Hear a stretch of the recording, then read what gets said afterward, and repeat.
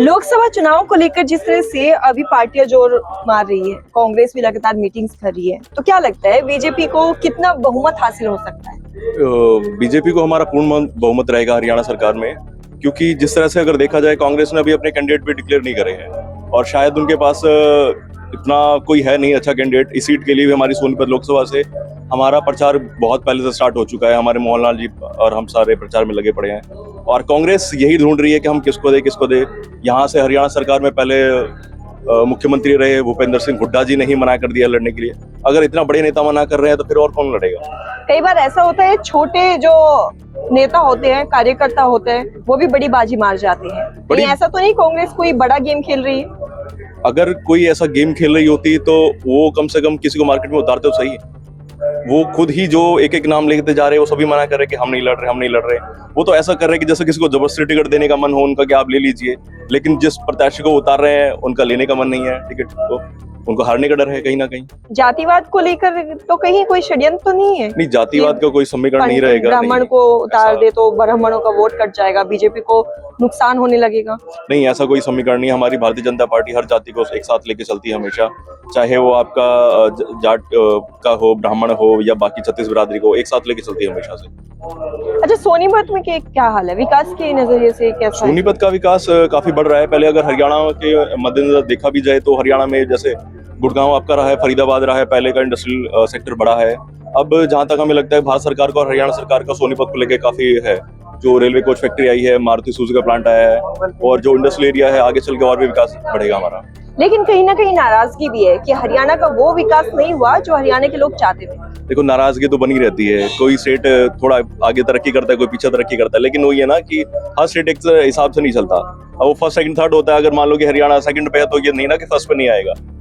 आगे प्रगति करेगा तो उसको पहले नंबर पर भी लेके आएंगे हम। लेकिन ये भी तो है कि जो वादा किया था नौकरियों को लेकर, उतना वादा पूरा नहीं हुआ है। देखिए, नौकरियों को लेके भी वादा आपका अभी और भर्तियां निकलेगी, अभी चल रही थी, लेकिन कहीं ना कहीं जो अपना पूरे इंडिया में ये माना जाता है ना, पेपर लीक का सिस्टम चलता रहता है कहीं ना कहीं, तो उसमें थोड़ी आड़े दिक्कत भी आती है। लेकिन ये है कि जो हमारे भारतीय जनता पार्टी का है, मोदी जी का नेतृत्व एक आगे लेके चल रहा है कि सिर्फ सरकारी नौकरी का नहीं, अपना प्राइवेट नौकरी पर भी ध्यान उनका है केंद्रित है। और जो इतनी योजनाएं चलाई है, महिलाओं के लिए भी चलाई हैं, उसमें उनका यह है कि अपना घर से ही महिला व्यवसाय कर ले और जो युवा है वो भी किसी ना किसी को अपना छोटे से लेकर अपना बड़ा व्यवसाय रखे।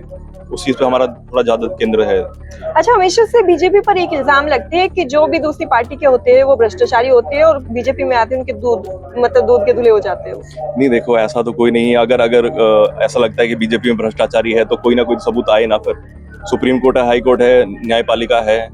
अगर तो अभी सब खरीदे हुए हैं बीजेपी के। नहीं, ऐसा तो कहने की बात है ना। अगर खरीदने की बात होती है तो केजरीवाल जी भी जो जेल में गए हैं, कोई तो उनका सबूत वो रखते ना। पार्टी आम आदमी पार्टी उनका कोई तो सबूत रखती कि हाँ जी ये दूध के धुले हैं। और मनीष सिसोदिया जी जेल में, शिक्षा मंत्री। अब वो देख, उनकी नीति ऐसी रही है ना, क्या करे। एक शिक्षा मंत्री जो दिल्ली का बनाया गया है, वो शराब को बढ़ावा दे रहे हैं। वो कह रहे हैं कि हमने स्कूल खोले। आप स्कूल खोल रहे हो, लेकिन आप ठेके तो खोल रहे हो। आप एक के साथ एक फ्री बांट रहे हो, दारू की फ्री बांट रहे हो। आप किताबें फ्री बांटी किताबें नहीं बांटी है, दारू फ्री बांट रहे हैं। जो नीति है जो आम आदमी पार्टी लेकर चल रही है जी, क्या बीजेपी भी इस तरह की कोई फ्री की नीति लेके आएगी? देखो, अभी तो हम ऐसा नहीं कर सकते। वो तो केंद्र सरकार का रहेगा क्या योजनाएं चलती क्या नहीं। लेकिन योजनाएं बनाने से पहले पूरा विचार किया जाता है कि ऐसा नहीं है ना कि आपका राज्य ही घाटे में चला जाए। अब दिल्ली में जैसे चला रखी योजनाएं चला रखी है, और दिल्ली में उसी हिसाब से योजनाओं के हिसाब से भीड़ बढ़ती जा रही है। लेकिन क्या योजनाओं के अकॉर्डिंग स्टेट गवर्नमेंट को फंड मिल पाता है? फिर अब हम अगर टैक्स दे रहे हैं, केंद्र सरकार को टैक्स दे रहे हैं, हमें इतनी बढ़िया सड़कें मिल रही है, एयरपोर्ट्स मिल रहे हैं, हाईवे मिल रहे हैं, सब कुछ बढ़िया मिल रहा है। अगर हम ही टैक्स नहीं देंगे तो कहाँ से क्या है? सरकार हमें वापस क्या देगी? हमारा जीएसटी जाता है या कोई भी टैक्स जाता है, हम वो वापस हमें ही मिलता है। लेकिन अगर दिल्ली में जैसे फ्री योजनाएं सारी चल रही है, सब कुछ आप फ्री में दे दोगे तो कहाँ से क्या मिलेगा? फिर आप वापस क्या उम्मीद करोगे? अभी राहुल गांधी ने एक बयान दिया है कि अगर हमारी सरकार बनती है तो हम हर परिवार की एक महिला को चुनकर 8,000 रुपए पर मंथ, यानी साल में तकरीबन 1 लाख रुपए हम उनको देने का काम करेंगे। कहीं ऐसा तो नहीं है जनता लालच में आकर या फिर महंगाई के जमाने में थोड़ी सी राहत के लिए वोट बढ़ जाए? वही चीज है ना कि बच्चे को लॉलीपॉप देने के लिए बहाने वो चला रहे हैं। इससे पहले हमारी 10 साल से पहले उनकी सरकार रही है ना, 10 साल की पहले भी रही है, उससे पहले भी रही है। तब कहाँ थे ये सारी चीजें? तब योजनाएं तो उनको नहीं आई। कि आप 8,000 दे, पेंशन बढ़ा दे। अभी हरियाणा में सबसे ज्यादा पेंशन 3,000 है। उससे पहले हुड्डा सरकार थी, 500, 1000 यही चलते रहते थे। तब उनकी योजनाएं नहीं थी ना। जब सत्ता में नहीं है तब उनकी योजनाएं निकल रही है, लेकिन जब सत्ता में होते हैं तब कुछ नहीं है। तब जी आप बैठो, हमारा कुछ नहीं है। अच्छा, कांग्रेस पार्टी जो अभी राम मंदिर को लेकर जिस तरह से बयान दे रहे थे, उसमें बीजेपी को कितना फायदा हुआ? फायदा नुकसान, भारतीय जनता पार्टी ऐसी नहीं है ना कि धर्म के नाम पे अपना फायदा देखे। राम तो सभी के हैं। अब हम ये माने कि भाई हमारे सिर्फ भारत में राम का नाम चलता है। दुबई में सबसे बड़ा मंदिर बना है एशिया का, और हमारे मोदी जी ने उनका उद्घाटन करा है। तो हमारे गर्व की बात है ना कि हमारे जो पूर्वज कहे जाते हैं कि भाई राम सीता जी का नाम है, वो हम आगे लेके जा रहे हैं। वो तो उनको भी लेके जा सकते थे, वो वे लेके क्यों नहीं गए? ये तो कहे जाते हैं कि भाई राम हमारे, ये तो हर एक चीज है ना कि भारत माँ हमारी है, राम हमारे, सिर्फ ये थोप दिया हमारे से बीजेपी से। राम तो उनके भी रहे हैं, वो क्यों नहीं पूछते? तो क्या बीजेपी धर्म को लेकर नहीं करती है? नहीं, धर्म को लेकर राजनीति नहीं कर रही है, लेकिन ये है ना कि हम अपने जो भारत की संस्कृति है उसको आगे बढ़ावा दे रहे हैं, वो चीज है। अच्छा, एक धर्म को लेकर थोड़ा सा कहा जाता है झुकाव बीजेपी का जाता है। हर एक धर्म को लेके ऐसे हम तो वो वाले हैं ना, हम राम को पूछते हैं तो हम कलाम साहब को भी पूछते हैं। अगर ये कहा जाता है कि दुनिया के भाई आप तो सिर्फ हिंदू का कर रहे हैं, लेकिन भाई ऐसा तो नहीं है ना। हमने जो अटल वाजपेयी जी के सरकार में वो बनाया गया था, कलाम साहब को बनाया गया था, राष्ट्रपति बनाया था, देश के सर्वोच्च पद दिया गया है, और उनके नेतृत्व में देश ने कितना विकास करा। मिसाइल मैन ऐसा थोड़ी ना कहा जाता उनको, टेक्निकल चीजों में लेके देश को आगे बढ़ाया उन्होंने। अगर कोई आता है तो हम उसको बढ़ावा दे रहे हैं ना, क्यों नहीं दे रहे हैं? कोई सिख समुदाय से है, कोई मुस्लिम समुदाय से है, हम तो 36 बिरादरी को लेकर चलने वाले इंसान है। जो हमारे साथ आगे जुड़ेगा हम उसको आगे लेके जाएंगे। अब जो जुड़ना ही नहीं चाहता तो भाई उसका तो हम नहीं कह सकते ना। लेकिन धर्म की कोई राजनीति नहीं है।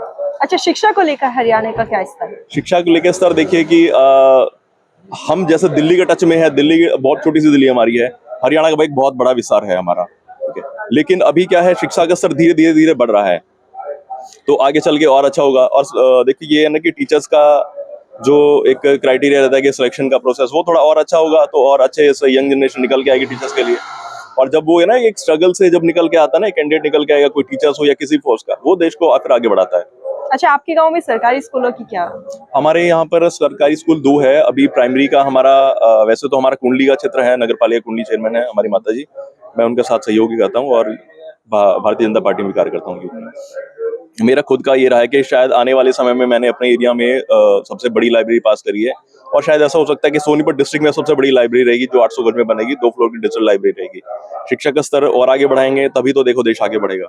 शिक्षा सबसे पहले, शिक्षा, खेलकूद, सब सारी चीजों तो स्कूलों की हालत ठीक है यहाँ की?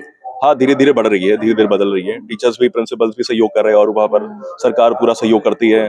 देखो सरकार फंड में कमी नहीं रखती, लेकिन मेन बात होती है कि उसको लगाने वाला कौन है। सरकार तो फंड इशू करके दे देती है, लेकिन ये देखा जाएगा कि आपका प्रिंसिपल, स्कूल के प्रिंसिपल्स हैं और बाकी स्टाफ उसको कहाँ तक आगे लेके जा रहे हैं। तो क्या स्कूलों में जांच पड़ताल होती है? जी बिल्कुल होती है। मैं खुद भी जाके करता हूँ। मिड डे मील में कौन सा वो रहता है, जो 6 डेज का आपका पूरा चार्ट रहता है कि उसमें एग्जैक्टली जो उन्होंने न्यूट्रिशन डाले कि भाई इस दिन के हिसाब से ये न्यूट्रिशन रहना चाहिए, क्या वो मिल रहा नहीं, हम चेक करते हैं खुद। और बाकी गांव के सरपंच भी हमारे करते हैं ये चीजें।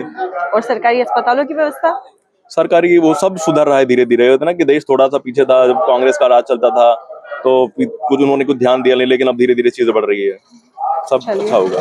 तो क्या लगता है बीजेपी 400 पार के नारे को कितना छू सकती है? तो 400 पार तो कहा गया है, तो 450 पार भी हो सकता है। मतलब बढ़ सकता है, बिल्कुल कम नहीं हो सकता है।